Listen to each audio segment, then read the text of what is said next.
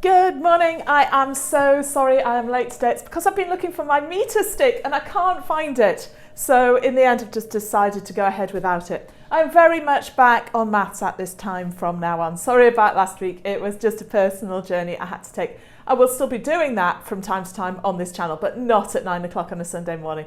This is time for maths. And this week I'm focusing on my interventions for years aged 9 to 11 after COVID, session 8, where we're focusing on measure. That's what I've been doing recently with a lot of children.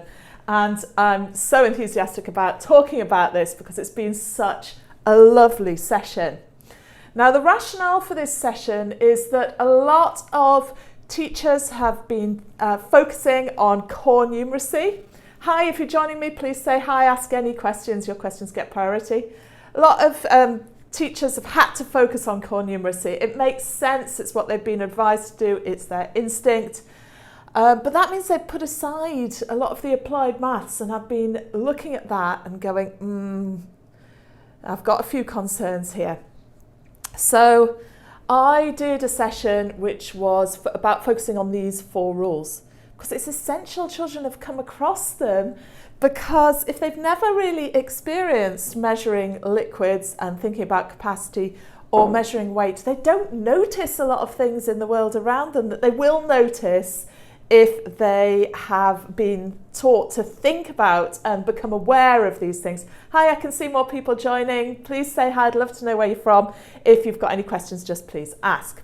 And the other reason this is an issue is because one of the numeracy topics children have been focusing on is multiplying and dividing by 10, 100 and 1,000. And if you do this work, they do it in a context where it makes sense as to why it matters. And they think about it away from thinking about the rules. And they make sense of it away from those rules. And then the rules just flow much more easily because they've come across it already. Another reason this is a great session was because it was just a wonderful leveller. Up to now, I've been focusing on core numeracy, and some children have flown more than others within groups, and we hit this and there was no difference between the children. They were all engaging with it at the same level. It wasn't the same children who'd thrived before, and that's really lovely for children. So we had 4 rules and 4 bits of equipment.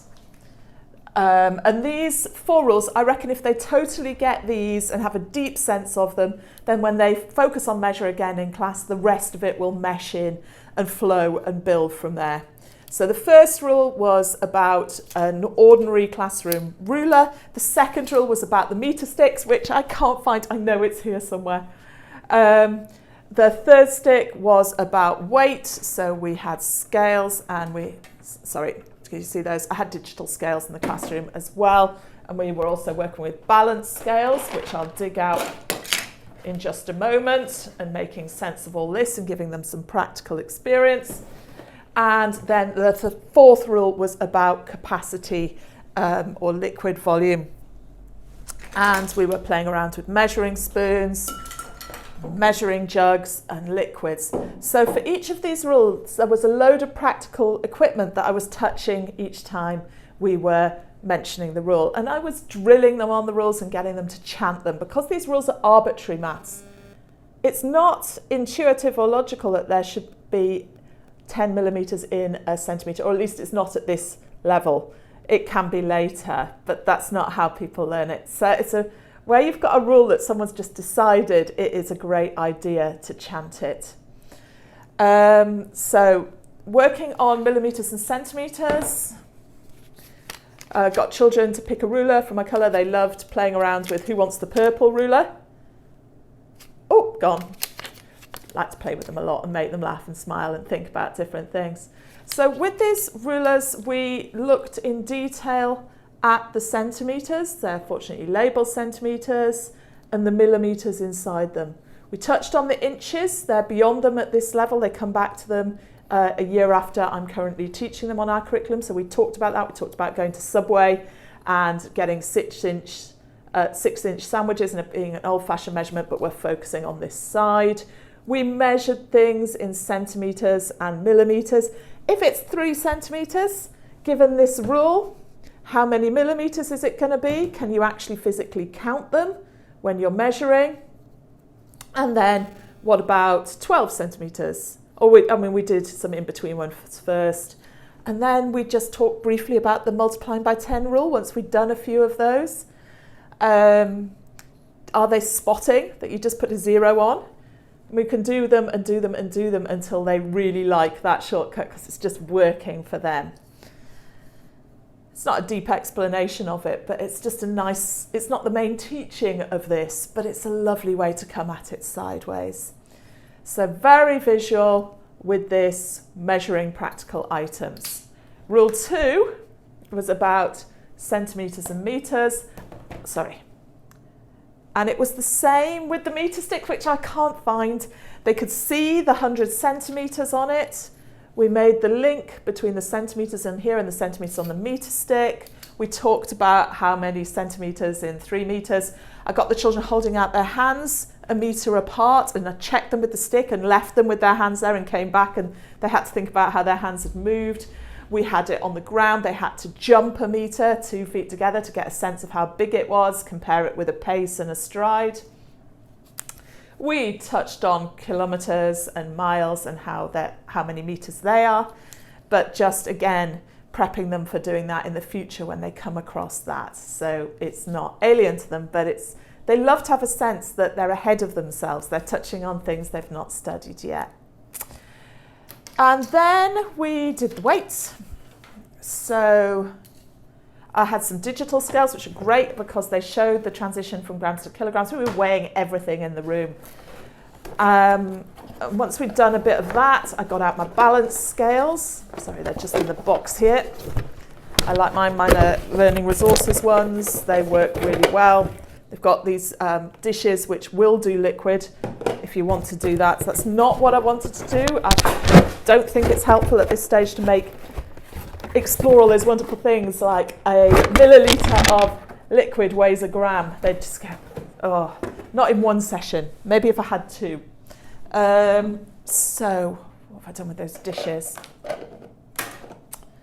So we were just setting up the balance scales, calibrating them, getting them used to how they work, putting an object in one side, and then using my hexagram weights to puzzle out the weight of that object. So they've got practical experience of balancing scales before they go to onto algebra and balancing equations where the same imagery is used, but lots of children have never actually seen it.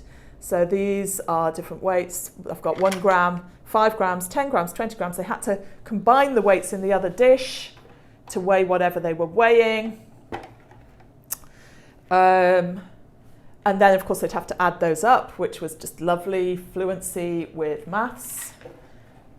But they didn't even notice the challenge, really, although it was still a challenge for some of them because it was in a context. And then they would weigh the object on the digital scales, check it on the balance scales. You don't need to have all of these things. I actually didn't have these ones in a lot of the week, but they're just getting used to reading scales.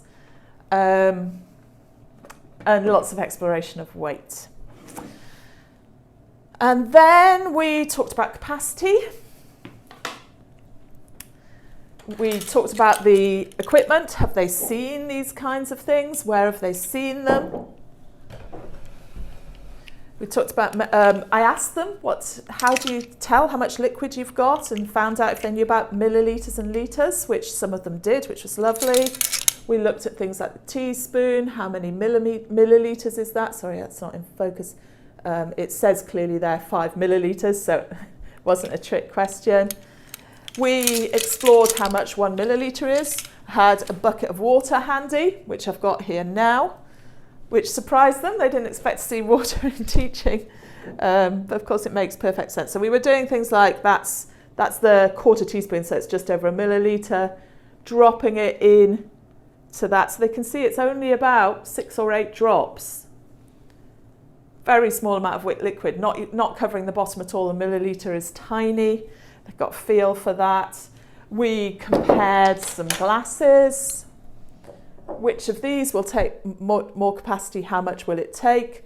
We expanded, talked about one's taller, one's thicker, although this one varies. And then we would fill them with water and compare them. Compare the amount in the measuring jug. And then we expanded that to thinking about litres. Sorry, I've got two measuring jugs here. This one nicely goes to a litre. The rule that number 4 that we were aiming for, that there are 1,000 millilitres in a litre, getting familiar with that. And we had various bottles and so on. I've just grabbed one here from my kitchen. That's 3 litres of oil. So how many millilitres would it be? Again, embedding the multiplying and dividing by 10, 100 and 1,000 into the questions. And we finished with a few of those questions just standalone from the activities we've been doing. And then I let them play with all this equipment and they loved it. I also did some targeted bits of numeracy building from what I knew their strengths and weaknesses were from previous weeks. And it's just a joy. You know, these children are thriving. They came back to school into chaos, really scared, really struggling, and now they are making so much progress and they completely love it, and they're loving school as well, which of course I'm only a tiny bit of that. Their teachers are amazing. I'm really lucky to be working in a fantastic school with great staff and just amazing kids that I'm proud to be working with too. I think that's it for today. If you have any questions, please just post them. I'm going to do one more session in this series with and then I'll talk a bit about finishing off interventions and where we go from here, because we're re-timetabling all the kids with specific aims and objectives beyond this. So it's going to be a series of 8 videos, because in one video I think I did 2 sessions, 9 sessions. Do that next week, and then I've got a few more things to talk about. Aside from that, I'm getting a petition video about multiplication tables check, hopefully live. The video is done. I'm going to try and launch it today, and then I have to wait for Facebook moderation. Fingers crossed that's going live. Look forward to seeing you all next Sunday. Hi, I can see a few people are still here. If you've got any questions, please post them now, because I'm just about to finish off. Otherwise, thank you for joining me, and I love your questions, love your comments, love the discussion. Please message me anytime. You can comment on the video here on YouTube. You can comment in my Facebook group, which is Expert Primary Maths Teaching. Have a great day. Bye for now.